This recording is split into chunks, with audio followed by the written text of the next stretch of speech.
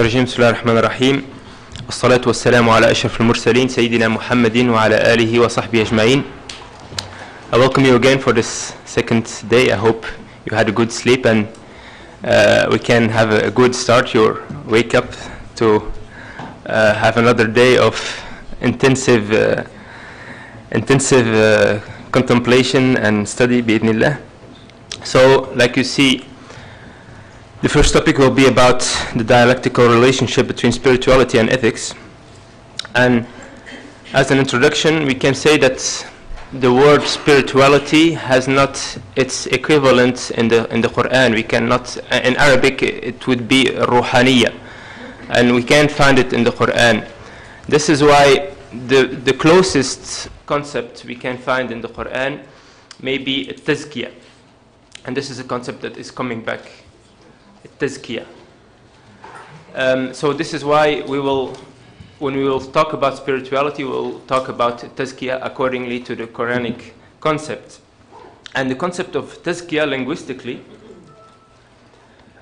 linguistically it means at least two things. It means the purification, and it means increase. This is why when zakat also come from the same root. And the zakat, so this money we give, purifies the money and make it increase also.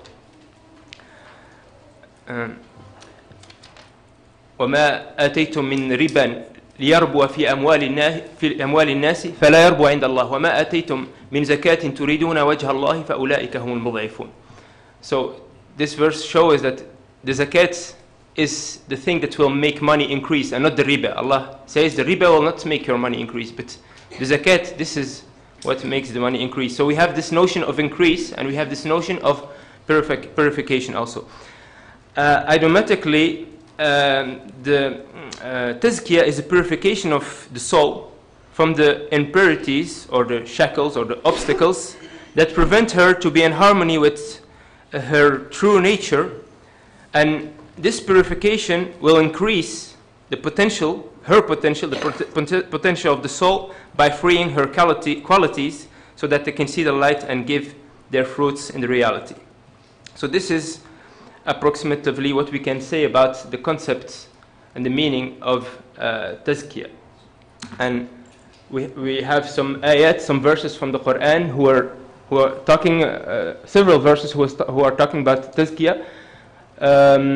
يوم لا ينفع مال ولا بنون إلا من أتى الله بقلب سليم. The day on which neither wealth or wealth will be of any use nor children except him who comes before Allah with a pure heart. بقلب سليم. So this shows us that at the end of the day, the most important thing for Allah is the pure heart. This is what will matter. So, and we can understand from here that actually all the acts of worships, etc., like we will see, are only there as a means for this ultimate purpose, is the purification of the heart. قَدْ أَفْلَحَ مَنْ زَكَّاهَا. He is indeed successful who caused this self to grow in purity. So here we have the notion of tazkiyah, zakkaha, to grow and to grow in in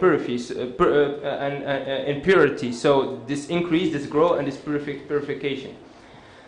And then also we have the notion of tazkiyah, where Allah subhanahu wa ta'ala says that this is one of the tasks of the prophets, and also the Prophet Mohamed sallallahu alaihi wasallam.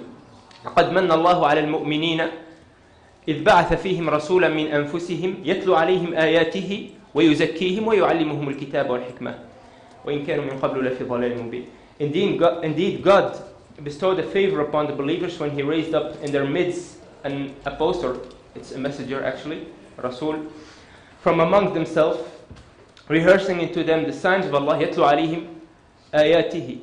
So here we have some mufassirun who are saying يتلو عليهم آياته is not that He recites the verses of the Quran, because this will be a repetition. If we say that the recitation of the verses of the Quran, this will be a repetition, because at the end Allah says, and teaching them the book and the wisdom.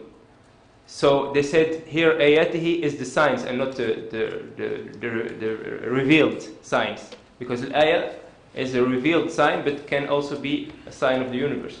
Anyhow, this is, so here Allah subhanahu wa ta'ala talks about three tasks of the Prophet. يَتْلُ عَلَيْهِمْ آيَاتِهِ, to rehearse unto them the signs of Allah, and so causing them to grow in purity. This is one of the main tasks, tazkiyah, which the prophets, all the prophets came with.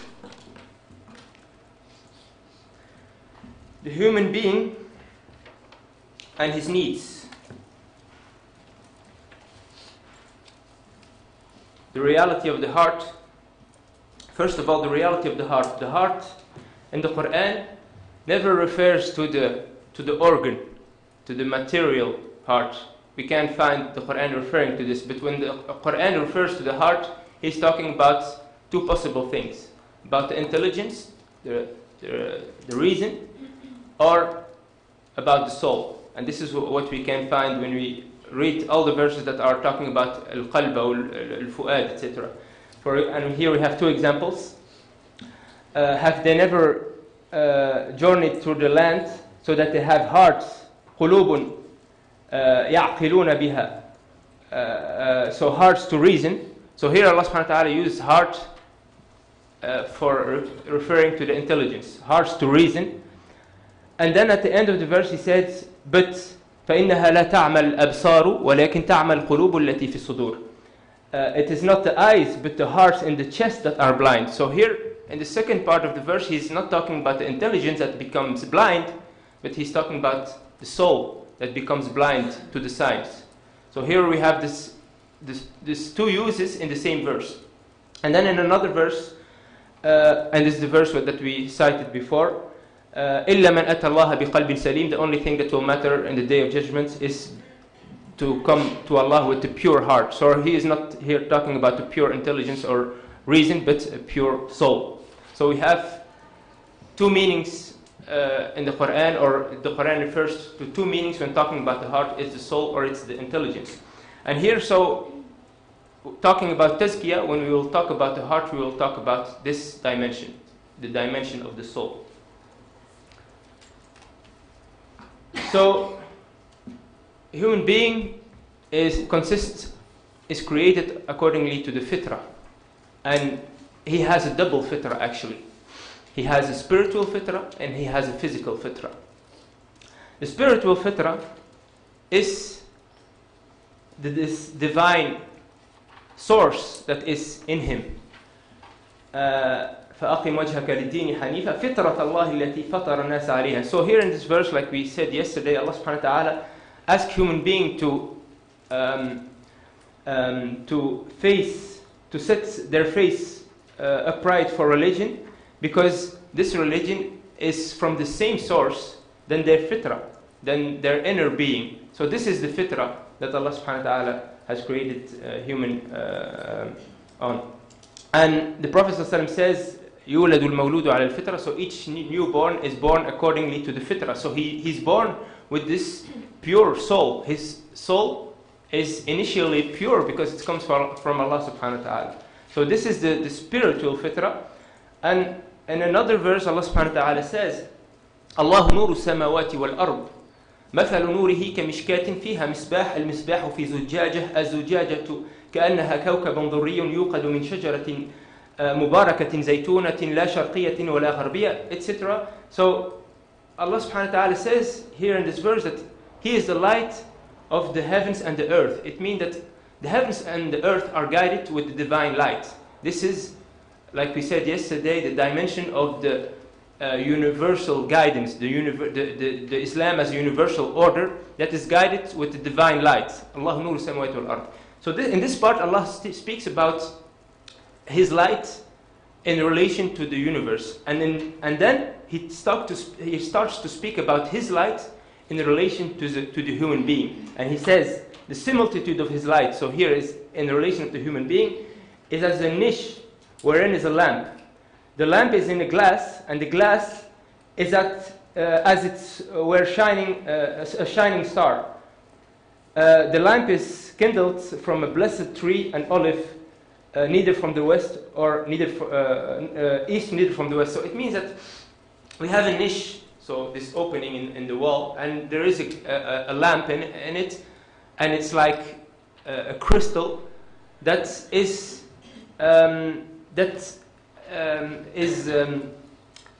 contains olive oil, and this is a special olive oil. It's neither from the east, neither from the west, and this olive oil, almost like Allah Subhanahu wa Taala says, whose oil almost glow forth of itself.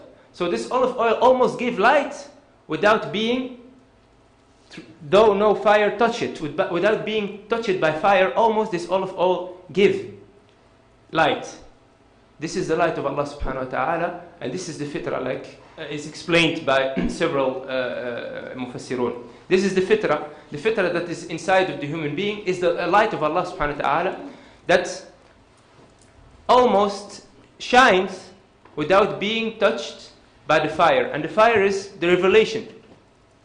And Allah Subhanahu wa Ta'ala says, but light upon light, when the light of the fitrah is touched by the light of revelation, then there is light upon light. And this is also where we find Allah Subhanahu wa Ta'ala saying in Surah Al-Isra, وَإِذَا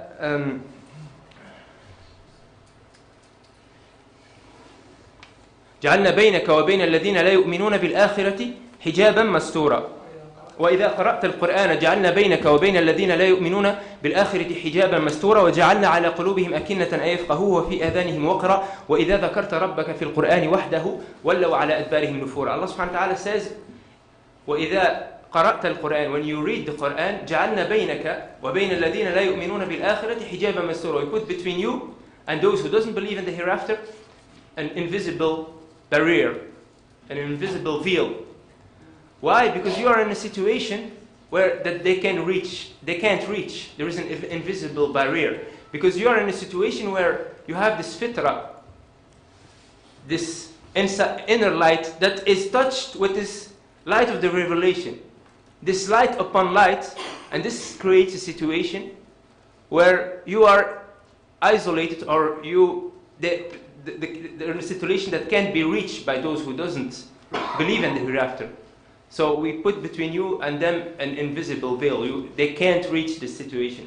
So this is the light of the fitrah, or this is the spiritual fitrah. So and Allah subhanahu wa ta'ala says in this verse that, like I said, this fitrah almost shines without being touched by the revelation. But He said almost. It's not enough by itself. It needs the light of revelation, and this is the light upon light. And this spiritual fitrah, one of the nature of the spiritual fitrah is the fact that your inner self is submitted to Allah subhanahu wa ta'ala instinctively. And the attributes are coming from, are parcels from the attributes of Allah subhanahu wa ta'ala. This is your real nature, al-rahmah and al-mawadda, etc. All of these things are part of the higher attributes of Allah subhanahu wa ta'ala. Now, of course, there is also the physical fitrah. The physical fitrah is the body, the material aspect of the human being, and this is also a fitrah, but it's a fitrah that it's coming from another nature. Your spiritual fitrah is coming from a higher nature, from the divine. And here the physical fitrah is coming from the worldly, the universal nature. So your body is responding to the same laws that are ruling the universe. And it's made from the same materials of which the universe is made. So this is the spiritual fitrah, but it's also submitted instinctively to Allah subhanahu wa ta'ala. Also, your body cannot, or is submitted to Allah subhanahu wa ta'ala, and your body by itself cannot transgress the divine will. So here we have a human being who is consisted out of a spiritual fitrah, who is submitted to Allah subhanahu wa ta'ala, it's from a divine nature, and who is ethical by it, in itself and by its nature. And we have a physical aspect of the human being that's also created according to a fitra that is different, that is a universal fitra, but that is also submitted to Allah subhanahu wa ta'ala. So if this is the case, what is the problem? Why can human being derive from ethics? Because his body is automatically submitted and his soul also. Well, the answer is dunya.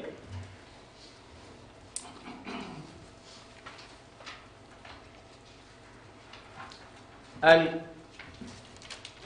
this is why a human being before coming to the dunya was living on the only light of the spiritual fitra. And he didn't need the light of the revelation. And it's when he was sent down to earth, that's when he needed the light of the revelation. And this is what we can read where Allah subhanahu wa ta'ala says, قُلْنَا اهْبِطُوا مِنْهَا جَمِيعًا فَإِمَّا يَأْتِيَنَّكُمْ مِنِّي هُدًى. We did say, down with you all from this state, so from, I would not say paradise, because actually it's not, they were not in paradise, but this is not a question. There shall nonetheless most certainly come unto you guidance from me, and those who follow my guidance need have no fear, and neither shall they grieve. So Allah subhanahu wa ta'ala shows us here that they got the guidance after they were sent to dunya. After they were sent to dunya. And so dunya, what is dunya? Dunya is the thing that can derive human being from its true nature, and this is when he needs the guidance of the revelation. And actually dunya, what is dunya? Dunya are things, is consisted out of things that are actually essential for the khilafah. And those things that are essential from the khilafah, from dunya, are those things that in the same time can make human being derive from his ethics. So when coming to dunya, the human being, like we will say in the difference between al-ruh and al-nafs, and we will see that the ruh, the spirit, is instinctively submitted to Allah subhanahu wa ta'ala. But when the ruh mixes with the body and comes in dunya, then it's when it becomes nafs, and then it is when it will be submitted to things that will that can keep it away from its true nature. And so what is dunya? It's consisted of a lot of things like anger, and anger is necessary for the task of khilafah, because without anger you can lose yourself, and you can let yourself go, and you can permit injustice. There is also in dunya something that it's in the fitra of the human being, the love for the self, and this is also important for the mission as a khalifa, because without loving yourself and respecting yourself, you will not take care of yourself in order to perform your mission. And love for comfort and consumption and property and authority and power and rest and attraction to the opposite sex, etc., etc. All of the things when we look at them, they are things of the dunya, and they are things that are essential, like I said, for the accomplishment of the task of khilafah. And all of these things are essential, but likely to divide human being from his humanity if he doesn't manage these things. Because like we said yesterday, his first task or his task is to manage. And so these things have to be managed. And if these things are not managed, well, they are able to disturb human behavior and psychological well-being on individual and collective level. So this anger can transform and become aggression, and love for the self can become egoism, and love for consumption can become extravagance and wasting, and love for property can become envy and greed, and can lead to poverty, and can lead to fear and pain, and love for authority can lead to oppression, and love for power can lead to dictatorship, and love for rest can lead to laziness, and the attraction to the opposite sex can lead to perversion, and all of these things can lead to worry and sadness and anxiety and psychological disorders and injustice, etc. So all of these things are coming from dunya. And all of these things of dunya, if they are not managed in a proper way, they can, like I said, divide human being from its true nature on individual level and on the collective level. So this is what I had to say about dunya. Then excuse me, I have to go back. So Allah subhanahu wa ta'ala resumes all of this, and he says, زُيِّنَ لِلَّذِينَ كَفَرُوا الْحَيَاةُ الدُّنْيَا. Allah subhanahu wa ta'ala gave the reason why people reject the truth is because beautified is the life of this world for those who are bent on denying the truth. And here Allah subhanahu wa ta'ala, الَّذِينَ كَفَرُوا, like Rashid Rida says in his tafsir, he says it's not only about disbelievers or those who reject Islam. It can be Muslims themselves also. But those Muslims themselves who reject a part of the truth and who are not living for their mission, like Rashid Rida says, those also, the problem of all of this is that dunya, al-hayat dunya, was beautified for them.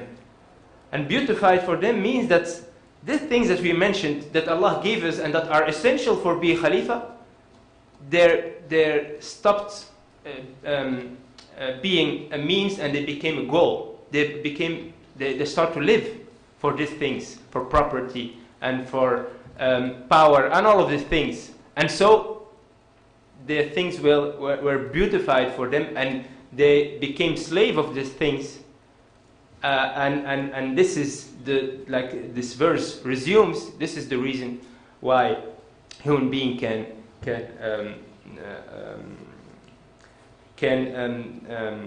divide from ethics. And here we don't have to misunderstand this verse. It doesn't mean that the dunya should be ugly, and those who are not following the truth sees dunya as beautiful, but it's ugly. No. And this is why we can read in another verse, من عمل صالحا من ذكر أو أنثى وهو مؤمن فلنحيينه حياة طيبة. So whoever does good, whatever male or female, and he is a believer, we will most certainly make him live a happy life, and we will most certainly give them their reward for the best on what they did. So it means that the dunya or the life is beautiful, but what we mean by was beautified is the means of the life that should be used for the khilafah were beautified for those who doesn't follow the truth, and they became a mean in themselves. But those who believe, Allah subhanahu wa ta'ala promised them a happy life in this life and in the hereafter. Then, like we mentioned before, the difference between ruh and nafs. Like we said, the scholars made this difference, and we can, if we read the Quran, we can feel the difference in the context where ruh and nafs is used. And ruh, so ruh is the spirit abstracted from the body, abstracted from the dunya. The essence, this human essence, the spirit, this is the ruh. And itself, the ruh is pure and automatically submitted to Allah subhanahu wa ta'ala. And God, like I said, has characterized it with a parcel of His attributes. This is the essence of the ruh that is automatically submitted to Allah subhanahu wa ta'ala. And automatically in tawheed. And the nafs is when the ruh is mixed with the body and is in the dunya. Then we have a nafs. It's the construction of a construction of ruh, and all of these things, like we will see, that's all of this influence of dunya coming from the body and coming from the dunya. And Allah subhanahu wa ta'ala says, يَسْأَلُونَكَ عَنِ الرُّوحِ قُلِ الرُّوحُ مِنْ أَمْرِ رَبِّي وَمَا أُوتِيتُم مِنَ الْعِلْمِ إِلَّا قَلِيلًا. They question you about the spirit. So here, al-ruh, the spirit. And here we are not talking about the nafs, we are talking about the ruh as an abstract human essence. Say, the spirit is a matter of my Lord, and you cannot understand its nature, O man, since you have been granted very little of knowledge. So, ruh min amri rabbi, the spirit is a divine reality that we can understand because it's a metaphysical reality that is not accessible to our logic, that is not accessible to our reason, but it's there. We have a divine dimension is there. We can understand it with our logics, but it's there. And then Allah subhanahu wa ta'ala says also, وَإِذْ قَالَ رَبُّكَ لِلْمَلَائِكَةِ إِنِّي خَالِقٌ بَشَرًا مِّن طِينٍ فَإِذَا سَوَّيْتُهُ وَنَفَخْتُ فِيهِ مِنْ رُوحِي فَقَعُوا لَهُ سَاجِدِينَ. Behold, the Lord say to the angels, I am about to create man from clay. So here, before he talked about the spirit, he talked about a man from clay. So he linked the physical dimension to clay, to the universal reality, to the universal material. But when he talked about spirit, he says, and when I have formed him fully and breathed into him of my spirit. So here when he talks about spirit, he relates it to himself. When he talked about body, he related to the universe. When he talked about spirit, he related to himself. So this shows us that this spirit is of a nature that we can understand by our logics, and it's a divine nature. And like I said, the combination between the two is the nafs. And it's after that Allah subhanahu wa ta'ala has breathed into him of his spirit that he asked the angels to bow down to him. And then another verse, Allah subhanahu wa ta'ala says, وَلَقَدْ خَلَقْنَا الْإِنسَانَ فِي أَحْسَنِ تَقْوِيمٍ ثُمَّ رَدَدْنَاهُ أَسْفَلَ سَافِلِينَ إِلَّا الَّذِينَ آمَنُوا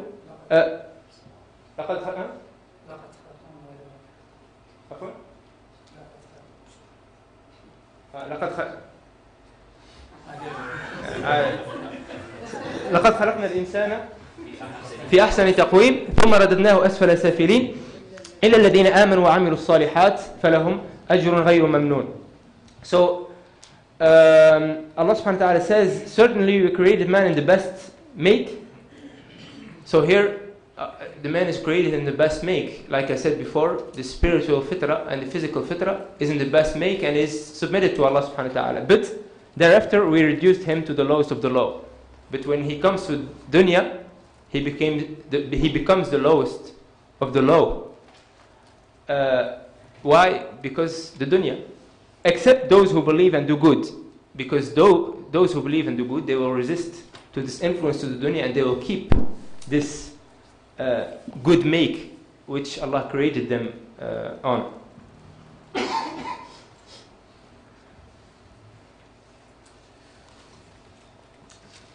The allegory of the pool, we can find in Ihya Ulumuddin al-Ghazali giving a very interesting allegory. And in this allegory, in this metaphor, al-Ghazali says the heart, so the spirit, is like a pool whose water is pure. This is the heart. But when the spirit is mixed with the dunya, he says, it becomes nafs. And then this pool that is pure, so it's connected to dunya. And he says this is connected, this pool will be connected to several streams flowing into it. This is dunya. We have a pool, it's pure, the water is pure, but when it's connected to dunya, when it's in the body and in the dunya, it will be connected to several streams. All of the streams are ending up into this pool. And this given, the quality of the water of the pool will depend on the quality of the water of the streams that flows into it. Initially it's pure, but now it's connected to streams. And now the purity will depend, if it stay pure or not, will depend on the quality of the water that are flowing into it. So, he says, the first responsibility of man is to control the quality of the water coming from those streams. All of the streams should be controlled. The man should be aware of what is streaming into this pure pool.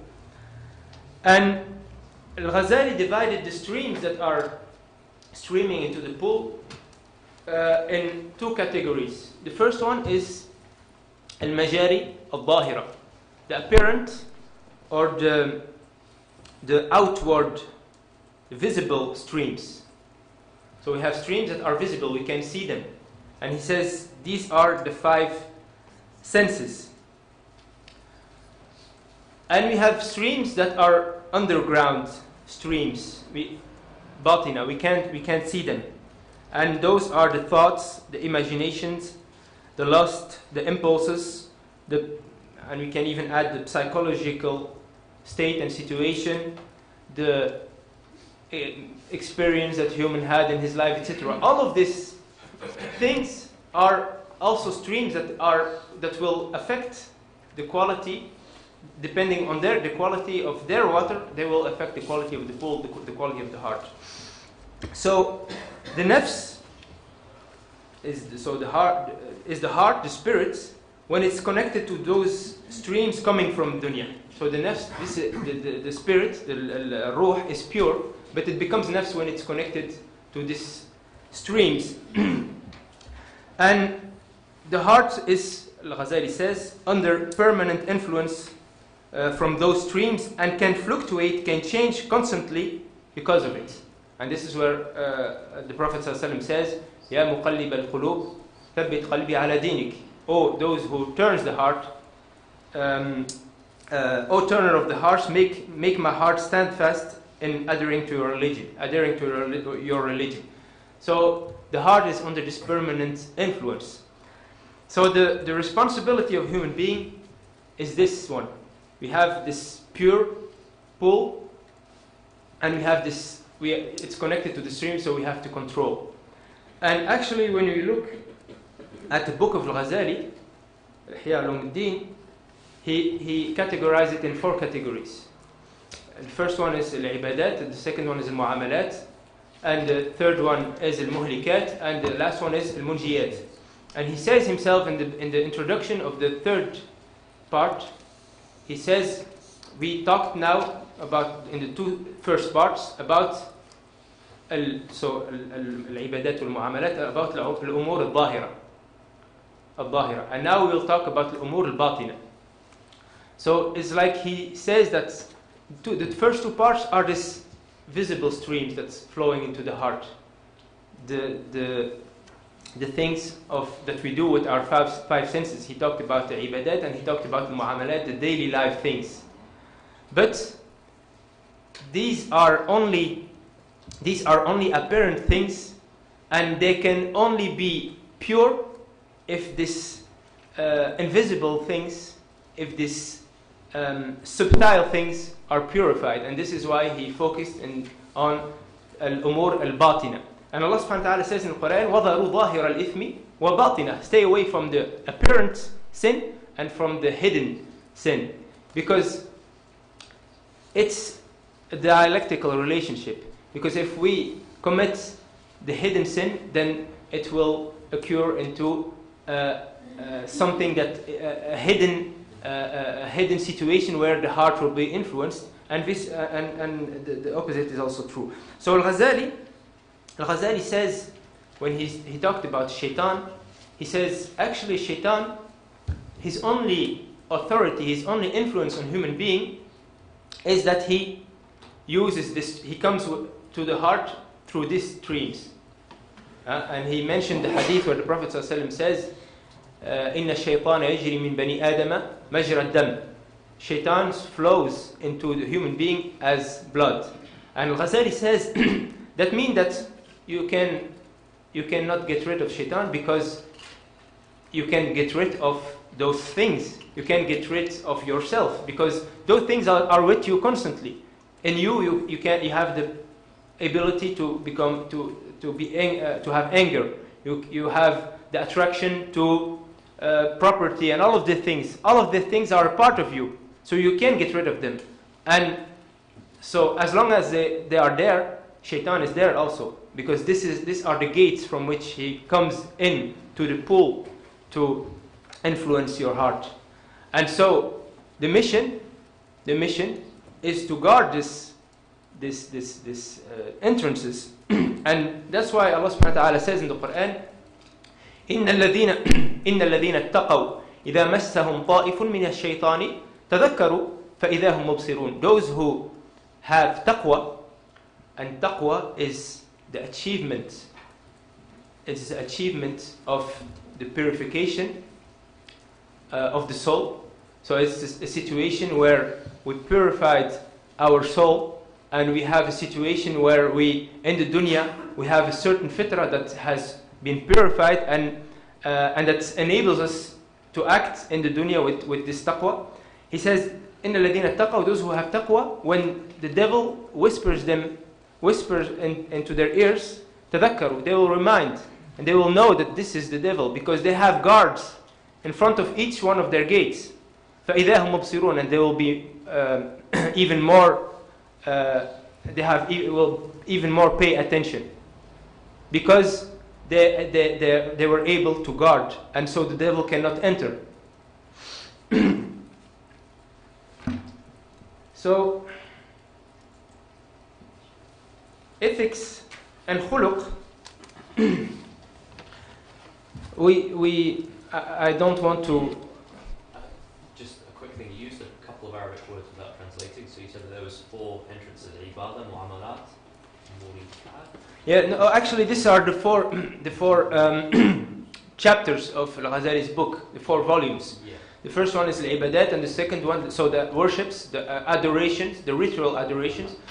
And the second one is al-mu'amalat, the things of daily life. And the third one is al-muhlikat, the things that can destroy you. So the things that you have to get rid of from your heart. And the last one is al-munjiyat, the things that will save you. And actually, the most important part of the book is the 3rd volume, because it talks about al-muhlikat. And we will see why later, bi'idhnillah. So, ethics and khuluq, we find Pierre Rivendy saying that ethics is the aesthetics of the inside. Ethics is the aesthetics of the inside. And according to this definition, if you can say, that means that ethics is the essence of human being. Because it's the aesthetics of the inside, the beauty of the inside. This pool, like I said, is initially beautiful, clear, pure. And ethics is the essence of the human being. If ethics is the aesthetics of the inside, because it's the beauty of the inside, and Allah subhanahu wa ta'ala, because his essence, the essence of human being, is from Allah. And Allah is the beautiful. Inna Allah jamilun wa yuhibbul jamal. So, and this is why also human being is attracted to beauty, because it's a part of his nature. And so, it means that ethics is this inner nature, because it's the inner beauty, and it's from Allah, and Allah is the beautiful. And this, the difference between khuluq and ethics, because khuluq in Arabic is slightly different. And the difference is that ethics, in this sense, arises from the nature of the soul, from the divine beauty, while khuluq is a worldly construction. And this is why we talk about good khuluq and bad khuluq. We can have good khuluq and we can have bad khuluq, because the khuluq is a construction, like we will see. And this is why Al-Ghazali, the definition of al-khuluq, Ghazali's definition of al-khuluq, he says, هي هيئة في النفس راسخة عنها تصدر الأفعال بسهولة ويسر من غير حاجة إلى فكر وروية. It means that ethics, or khuluq, is a shape that is well established in the self and from which flows the deeds with ease without need for thought or deliberation.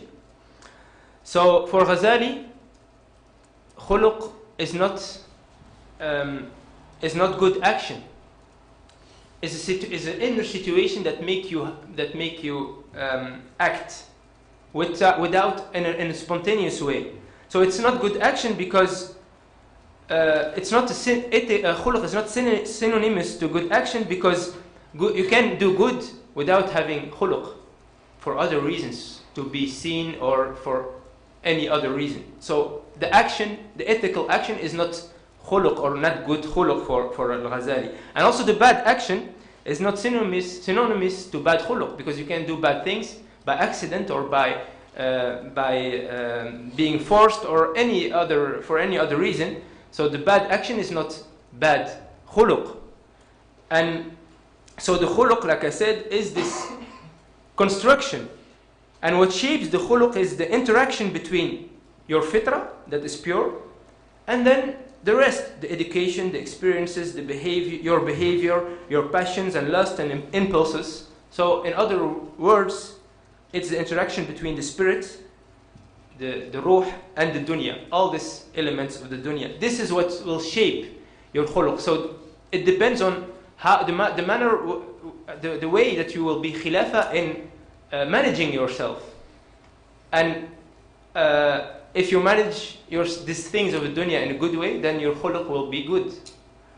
And the opposite is also true. So the good khuluq. So this is the definition of khuluq according to Al-Ghazali, and this is what shapes the khuluq. In good khuluq lies real life. The real life is when you have a good khuluq. And this is why what we can read in the Quran, يا أيها الذين آمنوا استجيبوا لله والرسول يا أيها الذين آمنوا استجيبوا لله وللرسول إذا دعاكم لما يحييكم. Oh, who you believe, respond to Allah and the Messenger when He calls you to which will give you real life. And so the real life lies in good khuluq, because the human being is a spiritual being. And there is a French philosopher, Pierre, I forgot his name. Anyhow, he said the human being is not. The human being is not. I don't remember exactly what he said, but he in the sense that the human being is not a material being that lives sometimes in spiritual experience, but he's a spiritual being that is living a human or a material, a physical experience. So the human being is human with his spirit in the first place.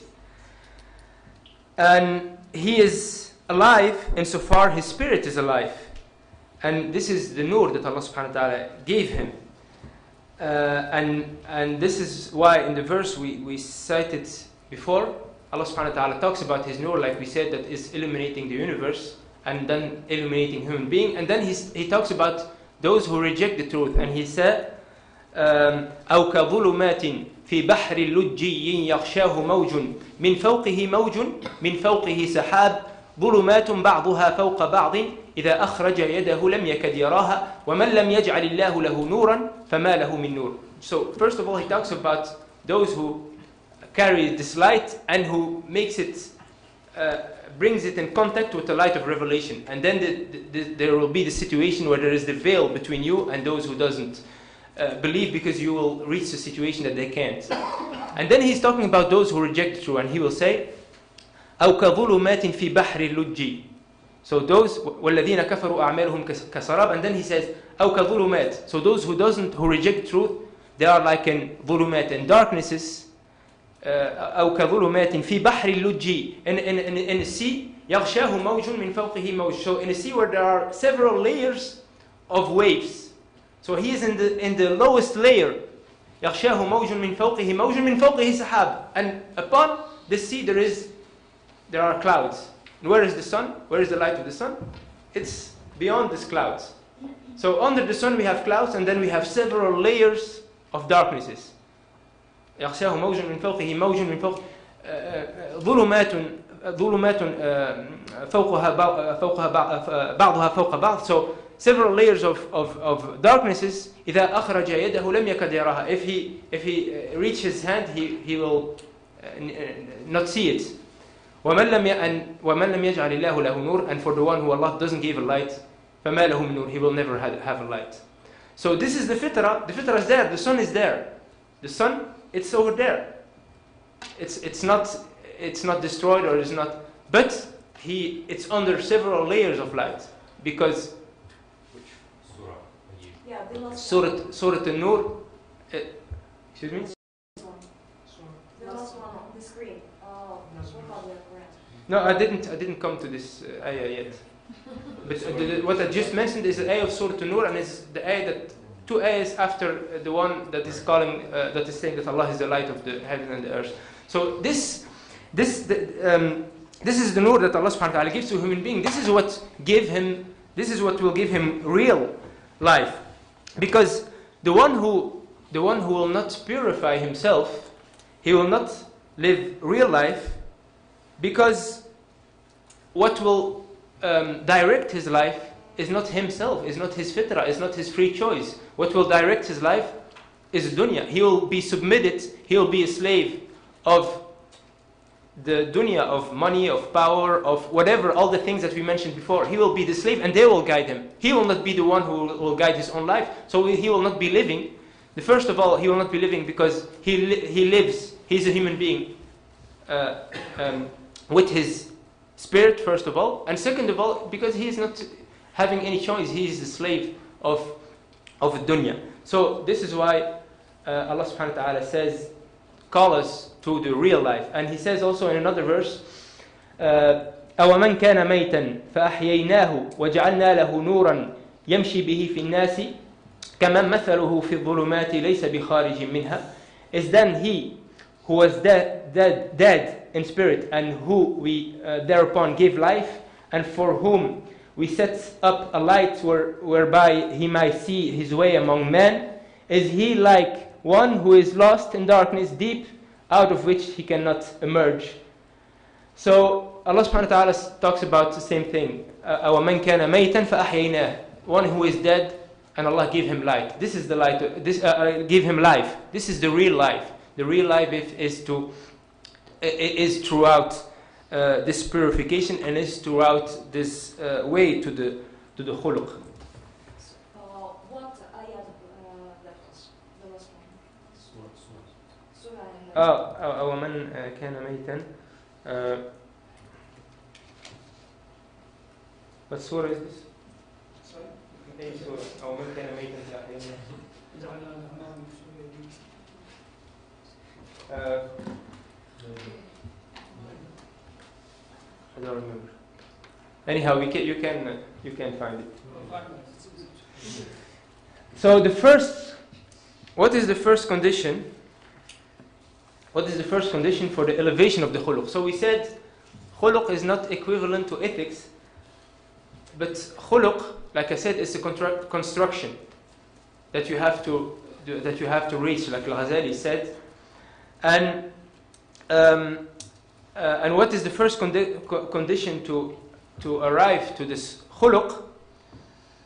Well, first of all, Al-Ghazali says al-khalq is the aspect of or the apparent, the material aspect of human being, his physical aspect. This is al-khalq.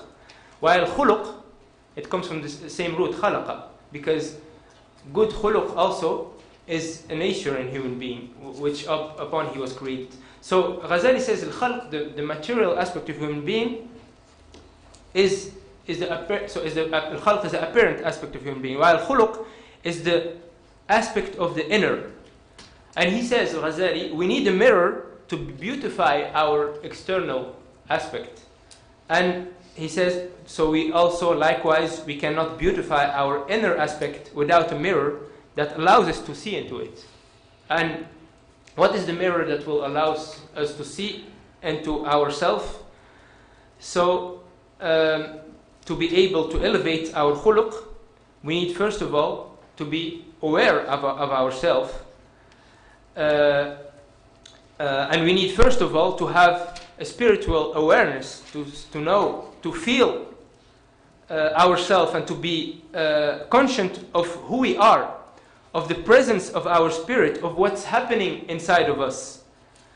And to be able to have consciousness of ourselves, to free ourselves, we have to first of all to have consciousness of the one who initiated ourselves. And this is why Allah subhanahu wa ta'ala in the previous verse where he talks about responding to the call of Allah and his messengers to what will give you life, he says at the end, وَاعْلَمُوا أَنَّ اللَّهَ يَحُولُ بَيْنَ الْمَرْءِ وَقَلْبِهِ. Know that Allah is between the person and his heart. So you can't have access to your own self. So the first condition is to know yourself, to feel yourself, know what's happening in there. But you can't know this, you can't have this spiritual awareness between only what's going back to Allah, because He is between you and your heart. He is you have to go through Him to have the visibility and to know the awareness of what is happening inside of you. And this is why Surah Al-An'am, verse 122. This is why in the ritual, this is why the ritual worships in Islam are called sha'air. Sha'air comes from the root sha'ara, and this is the fact to feel, to be aware. So sha'air, these rituals, like the prayer and all of the things, are only things that make you aware. The prayer and the fast and etc. are things that make you aware of what? That makes you aware of Allah. To be aware of yourself. And if you are aware of yourself, you will be aware of the others also. وَالْبُدْنَ جَعَلْنَاهَا لَكُمْ مِنْ شَعَائِرِ اللَّهِ لَكُمْ فِيهَا خَيْرٌ. The budna is the animal that you will offer. جَعَلْنَاهَا لَكُمْ مِنْ شَعَائِرِ اللَّهِ. It's something, it is sha'ira. I don't like the translation ritual because it doesn't give the same meaning. Sha'ira is, like I said, something that will make you aware. So actually this ritual that you are doing, the slaughtering, the purpose is not the details, and this is why the Quran never gives the details of prayer, of fasting, of ritual slaughtering. He doesn't give the details, but he always says, he always link it to taqwa. يا أيها الذين آمنوا كتب عليكم الصيام كما كتب على الذين من قبلكم لعلكم تتقون. And without giving the details of siyam and how to do it, etc. And the same thing for slaughtering. والبدن جعلناها لكم من شعائر الله لكم فيها خير. And then he says لن ينال الله لحومها ولا دماؤها ولكن يناله التقوى منكم. It's not the blood, or it's not the meat or the flesh or the blood that will come to Allah, but it's the taqwa, your taqwa, that will come to Him. So this is the purpose. So this is a sha'ira, prayer and all the rest, that make you feel, that will raise in you awareness of Allah. You will feel Allah, to feel yourself and to feel the other, and to come to the situation of taqwa. And this is the consciousness, the spiritual consciousness. How many times do I have? Still 35 minutes? Huh? Okay. Okay, then I will stop here and I will open the floor for discussion, because it's still quite a lot. But maybe let me just say a few things about the salvation of human being and the building of the ethical and the individual society. The Quran states that according to the Quran, the general rule regarding mankind is that he is in a state of loss and perdition. وَالْعَصْرِ إِنَّ الْإِنسَانَ لَفِي خُسْرٍ. I swear by time, surely the human being is in a state of loss. This is the general rule. The human being is going right to his perdition and is in loss. And so, why is he in loss? Because a human being, when he comes and when this pool is connected to dunya, most of the human beings are not guarding this streams. And so this pool is not guarded, so it will be in perdition. And this is why he put the conditions, and the conditions are only carried by a few people. So the vocation of revelation is to save human being from this loss. ثم جعلناك على شريعة من الأمر فاتبعها. And we finally have set you to one way, sharia, by which the purpose may be fulfilled. And the purpose, like Al-Izz ibn Abd Salam says in the tafsir, he says the purpose here is the deen, is the religion, and the deen is nothing but ethics, deen al-khuluq, like the Prophet ﷺ says. And Shatibi says that the highest purpose of sharia, المقصد الشرعي المقصد الشرعي من وضع الشريعة هو إخراج الإنسان، he said مكلف, but it's الإنسان من دائرة هواه من داعية هواه حتى يكون عبدا لله اختيارا كما هو عبد لله اضطرارا. So he says the highest purpose of Sharia is to free man from his whims so that he may be the servant of Allah by choice, just as he is the servant of Allah without having choice. So he is servant of Allah without having choice. Like I said, the spiritual fitrah and his physical fitrah is servant of Allah. And the purpose of Sharia is to save him out of his whims, out of the dunya, so that he may be a servant of Allah with his choice, like already a part of him is servant of Allah without having الأهواء من داعية هواه. So the vocation of revelation, the Sharia came, وكذلك ثم جعلناك على شريعة من الأمر, we put you on this way to al-amr, to deen, and finally to ethics, because the deen al-khuluq, and this is the path that is constituted out of iman, Islam, and ihsan. And iman is this intellectual conviction, the truth that you should believe in, and Islam is this physical and material submission. So the action that you should do to stick to this truth that you believe in, and ihsan is the link between the two. Ihsan, the Prophet ﷺ says, "And ta'bud Allah ka'annaka tarah," is to worship Allah, and we said the worship is general meaning to live like you see Allah. And this is the link, because when you believe in something, but you don't have this spiritual dimension, well, you can easily leave your belief, leave the truth, and submit to something else, because the spiritual dimension is not there. And this is where the Prophet ﷺ says, لا يزني الزاني حين يزني وهو مؤمن ولا يشرب الخمر حين يشرب وهو مؤمن ولا يسرق حين يسرق وهو مؤمن. The one who fornicates, when he fornicates, he's not a believer. And the one who steals, when he steals, is not a believer. And the one who drinks is not, when he drinks, is not a believer. Why? Because when he do this, to what is he submitted? To the truth? He knows his intelligence? Is he submitted to this? No, he's submitted to something else. So he submitted to something else than Allah. So he's not a real believer when he does it. Because, like we see here, Al-Iman, Islam is the fact to stick to the truth that you know with your intelligence. And here, this person that fornicates, for example, he didn't stick to the truth that he knows with his intelligence, but he stuck to something else. So he's not a real believer. So this is where ihsan plays a role. And so these three components are essential to come to the deen.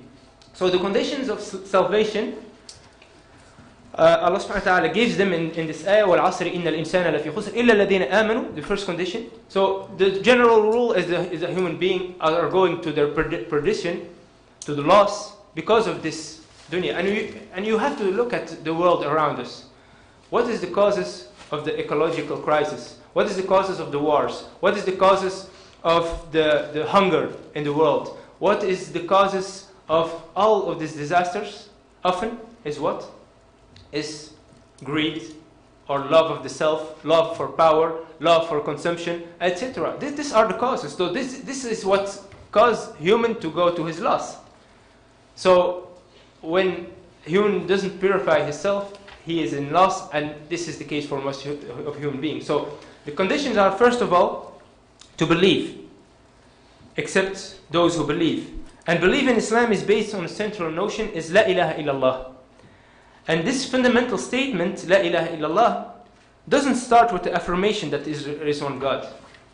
So we don't say that there is one God. No, we say there is no. So we start with what? We start with the negation of any kinds of divinity. Why? Because of the fact that the assertion of his presence is already there in the fitrah. In the fitrah you already know that Allah is there. So what you need when you come to dunya is not to know that Allah is there, is to hold or to protect the fact that Allah is there. So you were not created to be al-Muwahhid. You were created, your mission is to stay Muwahhid. And this is, I come back to yesterday, why I put Tawheed in this place. Why I didn't put Tawheed as in the Vicegerency, because your mission is not to be Muwahhid. Your mission is to stay Muwahhid. And this is why you have to manage your inner self to stay Muwahhid. And this is why in the Quran Allah subhanahu wa ta'ala says, وإذ أخذ ربك من بني آدم من ظهورهم ذريتهم وأشهدهم على أنفسهم ألست بربكم قالوا بلى. Allah subhanahu wa ta'ala made human being testify before coming to this earth that, am I not your Lord? He didn't say there is no divinity except of me. No, he said, am I not your Lord? So there is an assertion that Allah is the Lord. So we are muwahhid anyhow, but our mission is to stay muwahhid. And so this is why La ilaha illallah starts with the negation. So, because like I said, the tawheed is already in the fitrah. And the first mission in the dunya is to protect the purity of the fitrah from all the false divinities. From the dunya, the false divinities of the dunya who are trying to submit us to their dictates. So in order to be saved from the perdition, one shall be in continuous rejection of his whole life. We have to be in continuous rejection of all the false divinities to keep us away from our humanity. This is our mission, to reject and not to be muwahhid. We are muwahhid already. Our first mission is to reject the false divinities. So the purpose of Tawheed is not just to obey of Allah, not out of ta'abbud, to deserve paradise only, but it's a worldly purpose in the first place. And it's to liberate human being and to regulate his life. How many times do I have to? Huh? Okay, I think I will stop here. There are several other things, but I want to open the floor. But I will say only one last thing, and I will stop on this. And this is the thing also that we can get out of Surah Al-Asr. That is, to get in, according to the Islamic teachings, to get an ethical society, we need purification. We need purification. Without purification, without spirituality, there is no ethical society possible. Why? Because what are the stimuli, the stimulus? What are the stimulus, al-wazi' in Arabic? What are the stimuli that will make an ethical society? The stimulus can be several. You have the fitrah. This is a stimulus that will push the society and the human being to ethics. We have maybe also law. Law is something. إِنَّ اللَّهَ يَزَعُ بِالسُّلْطَانِ مَا لَا يَزَعُ بِالْقُرْآنِ. Allah can stimulate you to do things with law or with authority, which you may not do with Quran. So we have the stimulus of law, legal stimulus. So if you don't behave ethical, you will be punished. and we have maybe cultural stimulus, is in the culture, it's in the habits, al-urf, etc. And we have the spiritual stimulus. So, and this is why here Allah subhanahu wa ta'ala put it one of the conditions to have an ethical society. So, an ethical society can, according to Islam, not be realized without spiritual stimulus. Why? Because the ethical behavior, like the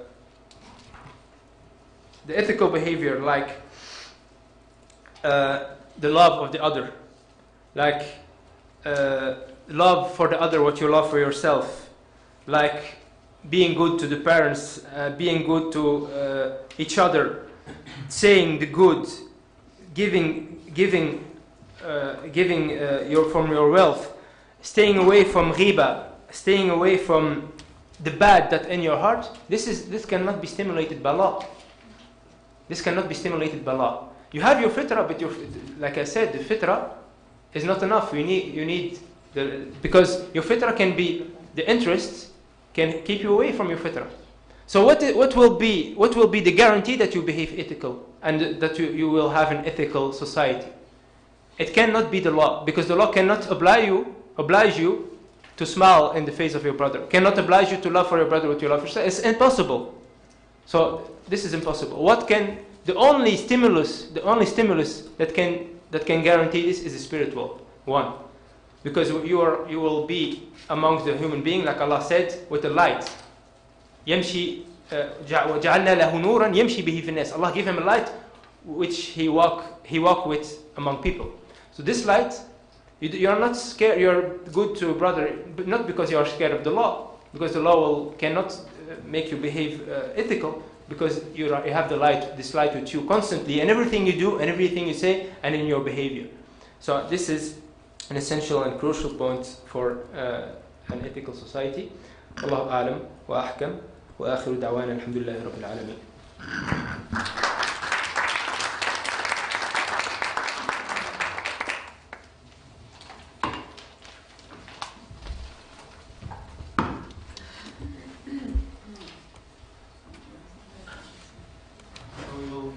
Is there a mic? So I think there was.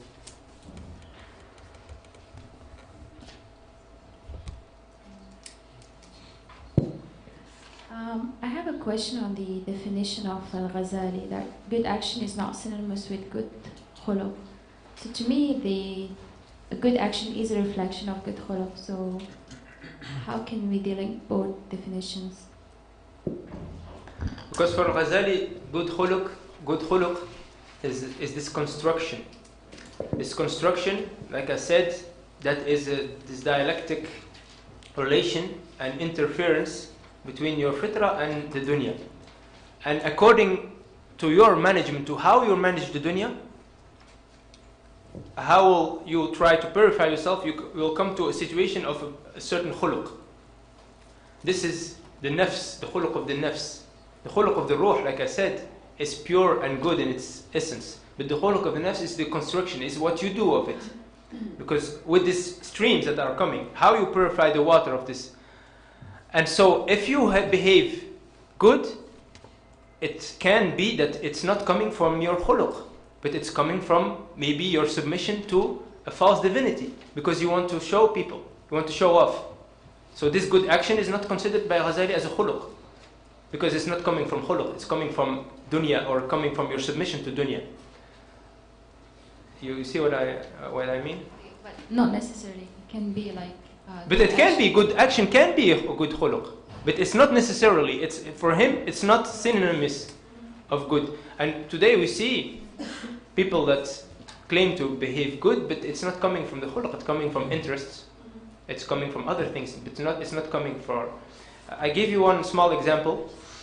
There is a story that is related of Imam Ali radiallahu anhu, who was in a battle, and he was fighting his enemy, and at a certain point he mastered his enemy and he was about to finish him, and then his enemy spit in his face, and he pulled back his sword and he went, and they asked him what happened, why didn't you finish him? He said, when I was about to finish him, I was about to do it for Allah subhanahu wa ta'ala. So he was in his actions submitted to Allah subhanahu wa ta'ala and not to anything else. So this purity of the action that is coming from the khuluq. But when he spit in my face, I was about to do it for my own ego. I was about to do it for revenge. So I don't do anything for my own ego. So we see here this dimension where Imam Ali has guardians and see what is coming in, from where it's coming. And he saw that this is not coming, and it is not coming from the khuluq, for the right purpose. Even maybe the action is good fi sabilillah in its appearance, but it's not coming from the submission to Allah subhanahu wa ta'ala. It will come from the submission to the ego. And to achieve this state, we need to have the keys of our heart and going through Allah subhanahu wa ta'ala and seeing what's happening inside, and it's very hard. This is al-batin, this is the inner streams where Ghazali talked about. Are we talking here about riya, when the good action is synonym of good khuluq? Riya is a part of it, but not only riya. Like I said, it can be a lot of things. It can be interest, it can be a lot of things. Assalamu alaikum. Just a quick one. You mentioned a verse, when you read the Quran, you create this invisible barrier. Any idea which surah, which verse? Isra. Surah Isra. Jazakallah. You talk about nerves and the body and the ruh, okay? And you talk also about the spirit. Can you give us a definition of the spirit, please? I don't have a definition, but I try to explain that the spirit is this divine reality, is the ruh. And I said that this divine reality we don't understand it, and we can't understand it. We never, not in this life, in the hereafter, because in the hereafter, يَوْمَ تُبَدَّلُ الْأَرْضُ غَيْرَ الْأَرْضِ وَالسَّمَوَاتِ. It will be in other referentiel, in other referential. So we will be able to see Allah. And now in this life we are limited. We are limited because, for example, our intelligence is not limited to the intelligence we have in this life. But actually our intelligence is a part of our ruh. But when we come into this life, we manifest our intelligence through our brain. And this brain is limited. But it doesn't mean that the intelligence is limited. For example, somebody who is mentally, handicapped. It doesn't mean that this person doesn't have an intelligence. He's even intelligent, or maybe more intelligent than us, but his worldly material tool that enable him to materialize his intelligence in this world is not working well. But his intelligence is a part of the spirit and not part of the body. But this is an instrument. The body, like Ibn al-Qayyim says, الروح آلة أو مركب البدن مركب الروح. The body is the instrument, the worldly instrument of the spirit. But the spirit is in the intelligence of the spirit. What the spirit can understand is not what we understand today, because the spirit is a reality that it's above this worldly brain that functions and that is with certain rules, and that is limited. And that is why in the hereafter we will see Allah and we will understand a lot more.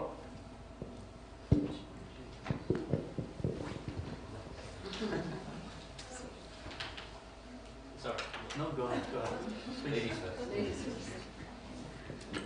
Assalamu alaikum. Barakallahu fiqh for this speech. I wanted to ask you, what's the difference between al-qalb and fu'ad? You talked about quickly, and I want to have more information about that. Thank you. What I was saying is that the Quran never used qalb or fu'ad to define the material heart or the physical organ. But he is defining one of two things, or your intelligence or your spiritual aspect. And in this spiritual aspect lies also your emotions. وَأَصْبَحَ فُؤَادُ أُمِّ مُوسَى فَارِغًا. Allah speaks about the fu'ad, the heart of the mother of Musa, that becomes empty in the sense that emotionally she cared about Musa. So here he is talking about the emotion, and the emotion is also part of the nafs, and is not something that is relied to organic heart.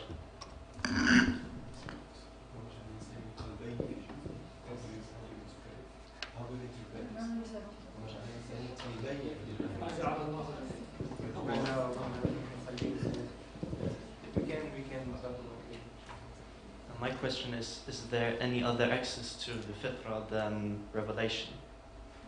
For example, from a psychological point of view, the principle of universality that you could observe in behavior, for example, across culture. So everyone is behaving in a specific way, and does this or could this point out to the fitrah or a component of the fitrah? That's the question. So the fitrah is the revelation is something that will help you, like we said in the verse, Nurun ala Nur, that will help you keep this fitrah enlightening. But the fitrah is there anyhow, and this is why we have people who may not believe, but who has kept a big part of their fitrah pure. And Al-Ghazali in Ihya, he categorized people in 4 categories. And he said the first category is people who doesn't know the truth, who doesn't have the truth, but they preserved a big part of their fitrah pure. And he said for these people it's very easy to get to khuluq, because a big part of the fitrah stayed pure. And Prophet ﷺ says, خِيَارُكُمْ فِي الْجَاهِلِيَّةِ خِيَارُكُمْ فِي الْإِسْلَامِ. Best of you in Jahiliyyah, before Islam, will be the best in Islam. Why? Because those in Jahiliyyah, a big part of the fitrah was not perverted by dunya. So they will be best in Islam because it will be easier for them to strive for this khuluq. But for people, for example, in psychotherapy, for people that are really suffering from mental disorders, we need to know the exactly manifestations of the fitrah to go back to this state. So the problem is, what is fitrah? And we have to know like really specific elements of that. Yes, it's interesting. I didn't do a study of exactly what is fitrah. I can give you broad lines. And like I said before, the fitrah is a divine reality. It's a divine, it's spiritual fitrah I'm talking, not about physical. Because actually, you have, like I said, physical fitrah and spiritual fitrah. And if they come together, it's the nafs, and this will give a certain reality. This mixture will give a certain reality. So this initially, the spiritual fitrah is a divine reality that we can understand its essence, but we can understand that it's coming from Allah, and that it's characterized by characteristics that are from Allah, rahmah and the goodness and the generosity and all of the things. This is initially inside the human being. Then when he comes to life, even his psychological situation will depend not only on his fitrah, but on his experiences, on his education, all of the things. So, and here I come back to Al-Ghazali, and he says another category, the third one, is one where the fitrah was hardly damaged. And it can be for several reasons. For example, somebody who was raped in his youth, or who was mistreated in his youth. This one, his fitrah, can be hardly damaged because of this dunya fact. So what is the situation of this person? Ghazali says, for him it will be difficult to go back to his fitrah and to back to khuluq. What is the situation? The situation of this person is that Allah subhanahu wa ta'ala will not judge him accordingly to the results, accordingly to his good deeds but accordingly to his effort to have a good khuluq. And maybe you can see somebody who is far away, who is perverted and have a bad behavior, and somebody who is very pious, but this person who has a bad behavior is maybe better by Allah, because he's doing more efforts to get to a better situation. And the other one, it's easy for him because he had not the experience that he had. So this is why we cannot judge people, because we don't know what he's struggling for and what his inner reality is. Only Allah knows. Because this fitrah, the way his fitrah was constructed, this conditioning is something that sometimes he is not responsible for, but he's responsible. It doesn't mean he loses responsibility. He stays responsible in front of Allah, but not for the results, but for what he's tried to strive for. So yes, no. What is the fitrah? Like I said, the spiritual fitrah is a divine reality, and go back to the names of Allah subhanahu wa ta'ala, and you can understand better also this reality. The nafs is a construction, like I said, and like I think it needs a study to know more, and if you work in the psychological field, that can be very interesting for you. Thank you. How can the fitrah be destructed by, because it's a divine essence? How can it be destructed? So if you destruct fitrah, how can It you cannot say be that? destructed. But you Like, said that no. before. You said if the fitrah is destructed, Not it's very destructed. Like I give the example in the Quran. Allah is talking about these layers of darknesses, but the sun is still there, the light is there, but there's a layer of clouds, a layer, and all kind of layers of waves, and so the human being is in this darkness. Yeah, but you talk about damage in fitrah. You can damage the fitrah. It has How been. can you damage the fitrah? No, you can't. But it's So- and Allah subhanahu wa ta'ala says in the Quran, وَطَبَعَ عَلَى قُلُوبِهِمْ. Allah covers his heart, seal their hearts. And in the hadith, the Prophet ﷺ says, each time you do a sin, there is a black spot that comes on your heart. And if you do a lot of sins, your heart will be full of black spots and it will be covered. So the fitrah is there, but you Okay, are so living in the surface of life, in the surface of your existence, and not in the depth. And so you will be in this darkness. 10 minutes. So Sister Naima. It's the only name I know. Assalamu alaikum. I had almost the same question as Paul, because I do believe that every child that we have or is born has a fitrah. But my question or my experience is in education is how can we educate, form, trigger children and adults and young adults afterwards to keep that fitrah, to keep that good khuluq in them, so that we after, because we all want an ideal society and so on and so on. So, but how can you do that? It's not in the medical section, but in fact it's the same question. How can we educate children, people to have a good manner and to have a good khuluq? I know I'm just putting it like this, and I know you don't have a question, an answer like that, but we have to think about the models, because how are we going to do that? Because we also know that every one of us is responsible for himself. So we cannot say you are a good parent or not a good parent, and it's really difficult. I think It's really difficult. it's a collective work we have to do, but we have some issues that we should focus on. First of all, like Al-Ghazali says in Ihya, to know yourself and what's inside of you, it's an obligation.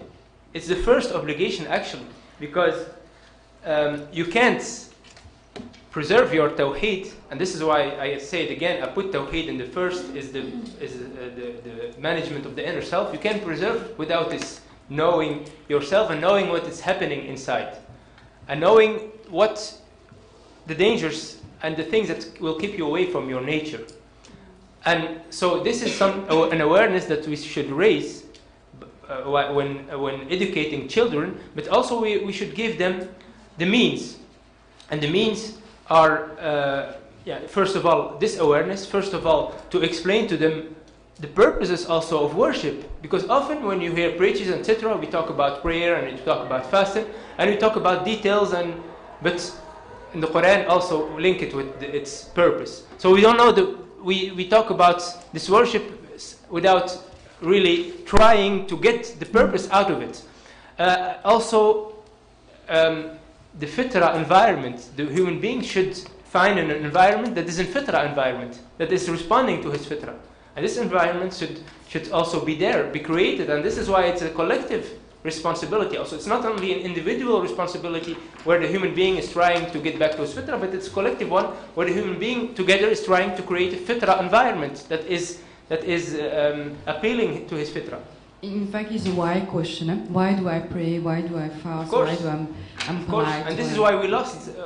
Often we lost the why, and we are focused on details and on the attitude. Okay, thank you. Assalamu alaikum, Sheikh. Jazakallah khair for this excellent presentation, mashallah. I have two questions actually. Would you say that to live truly according to our purpose, we must align our body, our soul, our nafs to the commands of Allah? And second part of the question is, how can we reach this alignment? And if I can actually suggest... How can we reach what? The alignment. Okay. Maybe also as part, as an answer to Sister Narima, I think we should try to find a murabbi. So if we can have access to a murabbi, that will help us actually to raise our nafs as we need to do it. So, yes, the first part of your question is true, because the Prophet ﷺ says, لا يؤمن أحدكم حتى يكون هواه تبعا لما جئت به. You will not believe until your passions will be in line with what I came with. So it means that our passions, what we are aspiring for, when we aspire for wealth, when we aspire for power, it's not bad. But this aspiration should be in line with what the Prophet came with. It means that aspiration should be there to serve this mission which we were created for. And the Prophet said, you will not believe until this is the case. Because if your aspiration to these things are not in line to this message, then you will be slave for all kinds of things. For the second part, yes, Al-Ghazali actually in his book tried to define several ways, and he called it Riyada, Bab Riyada, Riyadat al-Nafs. He called it Riyadat al-Nafs, spiritual exercise. He calls it spiritual exercise, and he tried to come up with several things. But I think that it's actually, the book of Al-Ghazali is very interesting and it's a good starting point, but I think we should develop the thing. And the problem, and this is what I wanted to talk about afterwards, the science of Tazkiyah, the problem is that the scholars, like you see here, the scholars focused. So we have in the Quran text speaking about the creed, and text speaking about the actions, and text speaking about spirituality. And the scholars translated the text speaking about creed and signs that is aqidah. These are the three essential things in Islam. These are the three essential components in Islam, like we said. Al-Iman, the intellectual conviction, Al-Islam, the practice, and Al-Ihsan, the spiritual dimension. These are the three. Actually, if you look at the Quran and Sunnah, is there anything else than these three components? If you find one, let me know. I don't think. This Quran only talks about these three components. About things that you should believe in or not believe in, about things that you should do or not do with your physical action, and about things that you should do or not do with your heart. These are the components of Islam. And the scholars translated the first component, the creed, into science that is aqidah, the science of the creed. And the second one into the science of the fiqh, and the third one into the tazkiyah. But actually they focused more on the first two, and the third part was forgotten. And this is why Al-Ghazali came and wanted to rectify things. And until today we have a problem on this level. We should develop a science, and like I said, Al-Ghazali is a good starting point, a science of the spiritual exercise. But Ghazali focused on the individual khuluq, individual ethics. We should focus also on the collective ethics, the collective khuluq. How to understand the collective way that we work on, and how to try to direct the collectivity also to the khuluq, to the fitrah. So it's very essential. There are exercises, and you're right. Al-Murabbi is something that it's important, and this is something what we can't find today. And this is where Malik bin Nabi, he said, actually we need this spiritual revivification. The problem in the old in the tradition is that we have Sufis, but this spiritual education is problematic in several levels. And one of the levels, say Malik bin Nabi, is it's elitist. only the elites have access to the spiritual exercise, and the common people are not concerned. So he said, Malik bin Abi, we should find new signs that are for everybody, this to have the spiritual revivification. Assalamu alaikum. My question is, you mentioned that in order to have... So we will take two, last question, the sister, and then the brother, and then we will stop, inshallah. Am I allowed? Okay, we can take the question and the break. The brother was raising his hand since a moment, but okay, inshallah. You two will be the first to start this afternoon, inshallah, if Mawahib allows it. Barakallahu feekum.